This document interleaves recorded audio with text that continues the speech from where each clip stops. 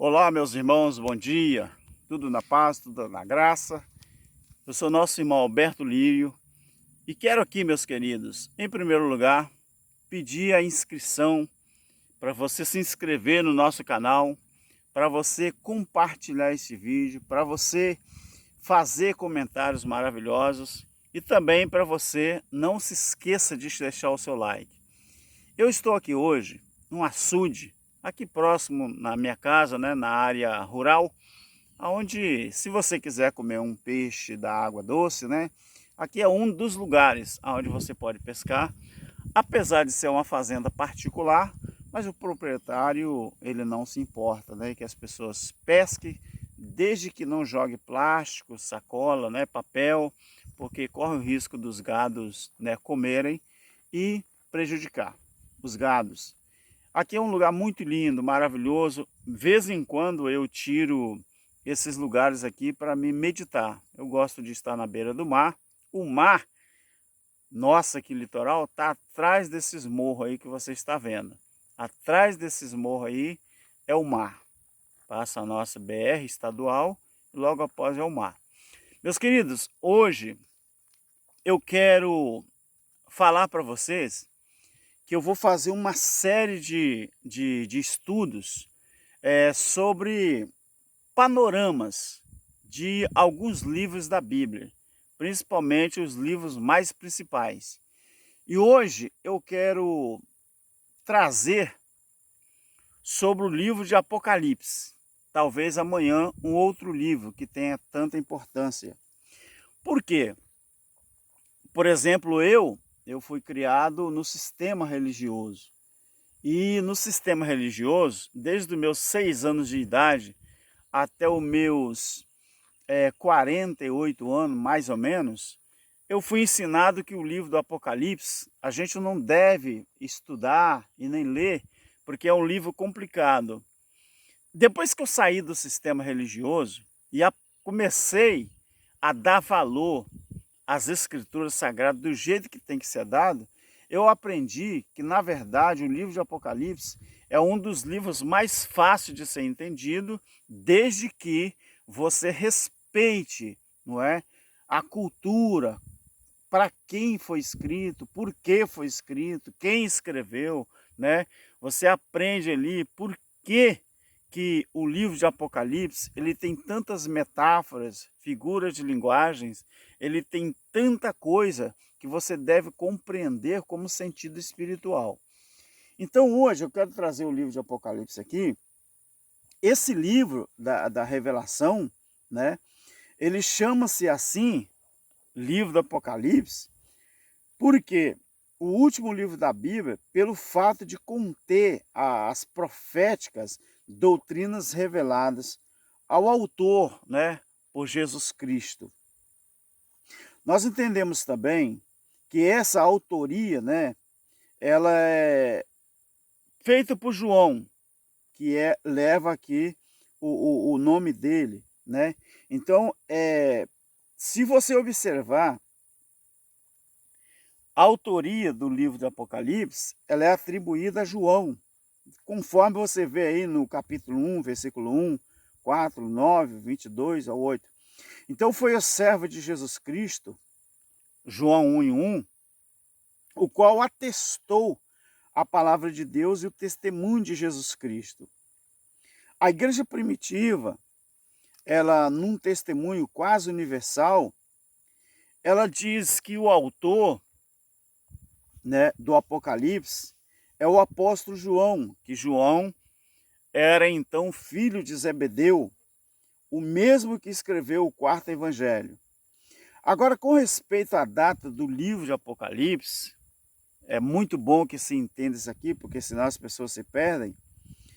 Então, com respeito à data do livro, é muito discutido até hoje. Por quê?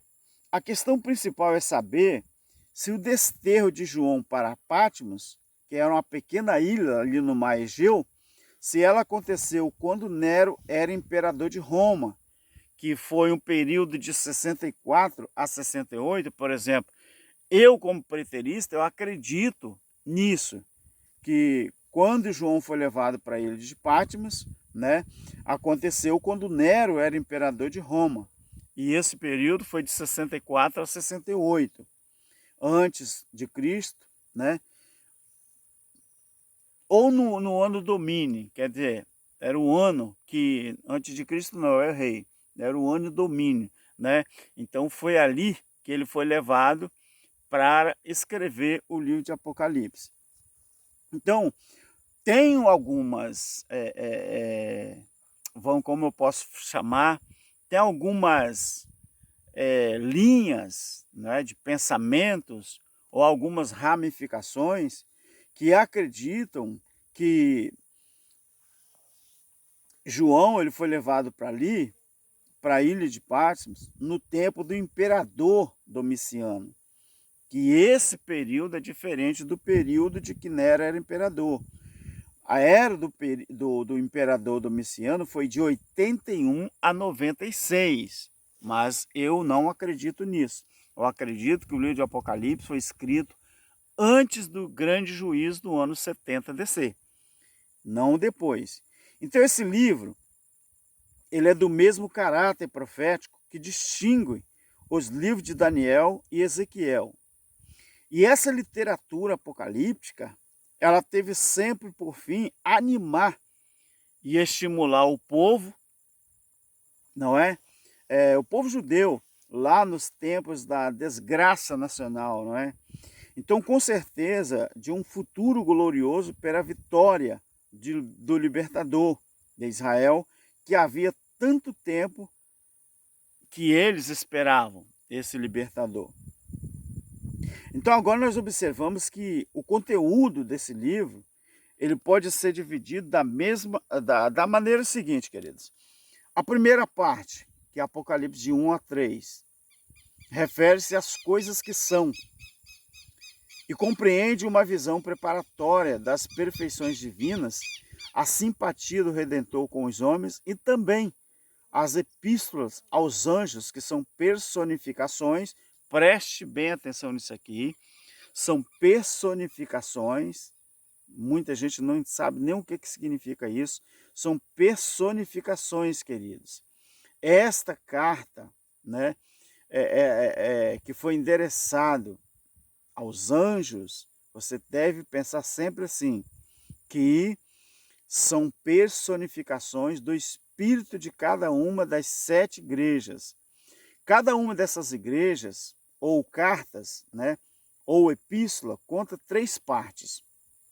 Primeiro, é a introdução, que se refere sempre a alguns dos atributos, né, daquele que fala a igreja, tomados da visão precedente, e nos quais se observa uma ordem progressiva e uma adaptação ao sentido geral da epístola que segue.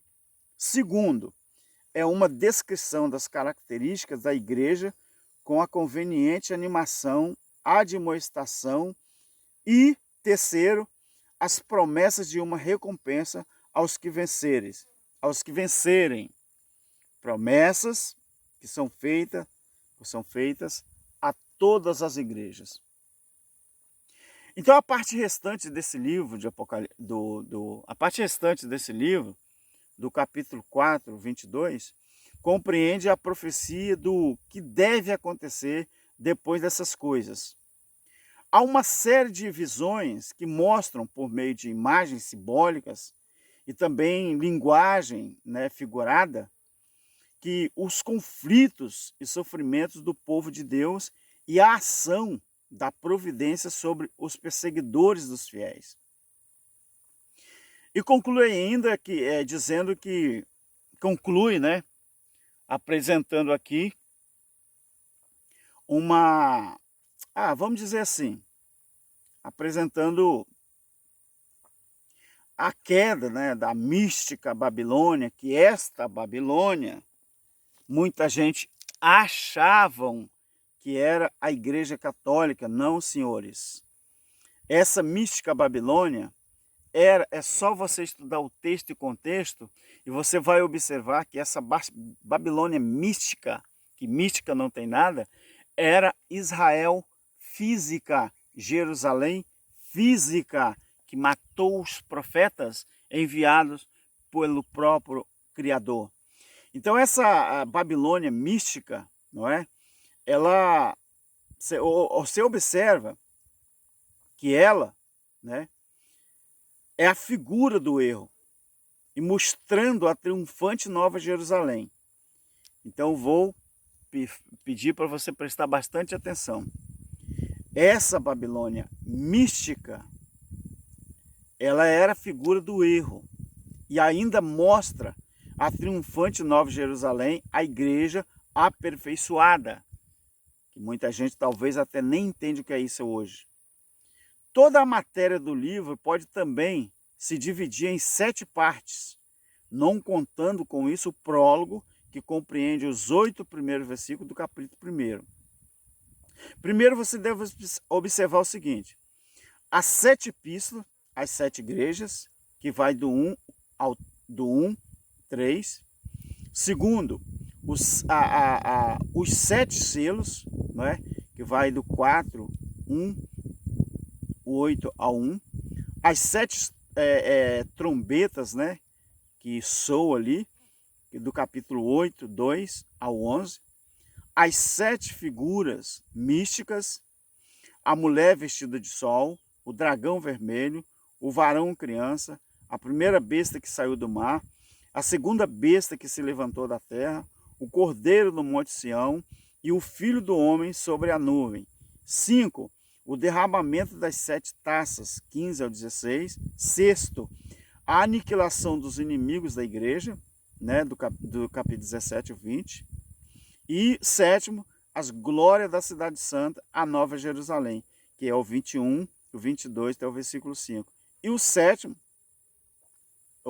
que é o epílogo, né, que vai 22, 6 e 21.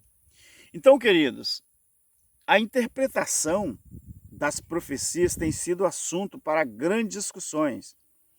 Então, as diferentes teorias, né, que podem ser dispostas em 4 parágrafos. Eu vou explicar aqui esses 4 parágrafos para que os irmãos possam entender bem. Então, a interpretação das profecias, ela tem sido assunto para grandes discussões. E as diferentes teorias podem ser dispostas em 4 parágrafos. O primeiro parágrafo, nós vamos ver aqui que a interpretação é preterista, que no caso é aquilo que eu acredito. Essa interpretação preterista é que diz terem tido as profecias do Apocalipse o seu cumprimento na primeira idade da igreja, ou seja, no século I. Os críticos do sistema preterista, você sabe disso, afirmam que uma grande parte desse livro refere-se ao tempo da perseguição de Nero e da rebelião judaica. Os 7 reis, de que fala o versículo 10 do capítulo 17, significam os imperadores Augusto, Tibério, Gaio Calígula, Cláudio Nero, Galba e Otto. O que se diz no capítulo 13, versículo 18? Com respeito ao nome da besta, 666, corresponde, segundo esse sistema de interpretação, ao valor numérico das letras hebraicas, né? Nas palavras Nero César. Isso é a linha que eu acredito. Então, queridos, em segundo lugar, o segundo parágrafo, nós vemos também que a escola histórica dos expositores, né, de expositores, considera essas profecias como um delineamento dos grandes acontecimentos da história do mundo ou da igreja, desde os tempos apostólicos até o fim do mundo.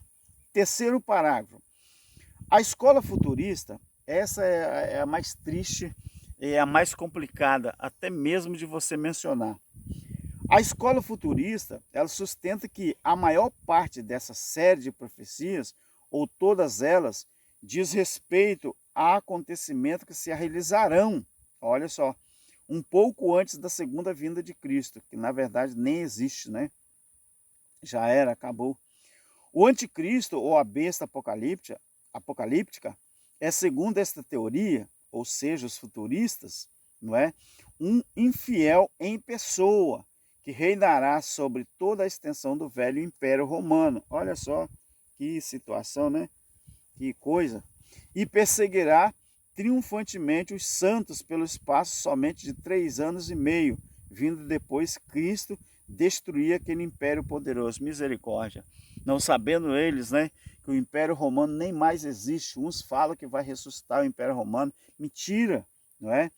Então, o quarto parágrafo, o quarto sistema de interpretação com o nome de espiritual ou idealista, considera o Apocalipse uma manifestação pitoresca de grandiosos princípios em constante conflito, embora sob várias formas e de caráter eclético.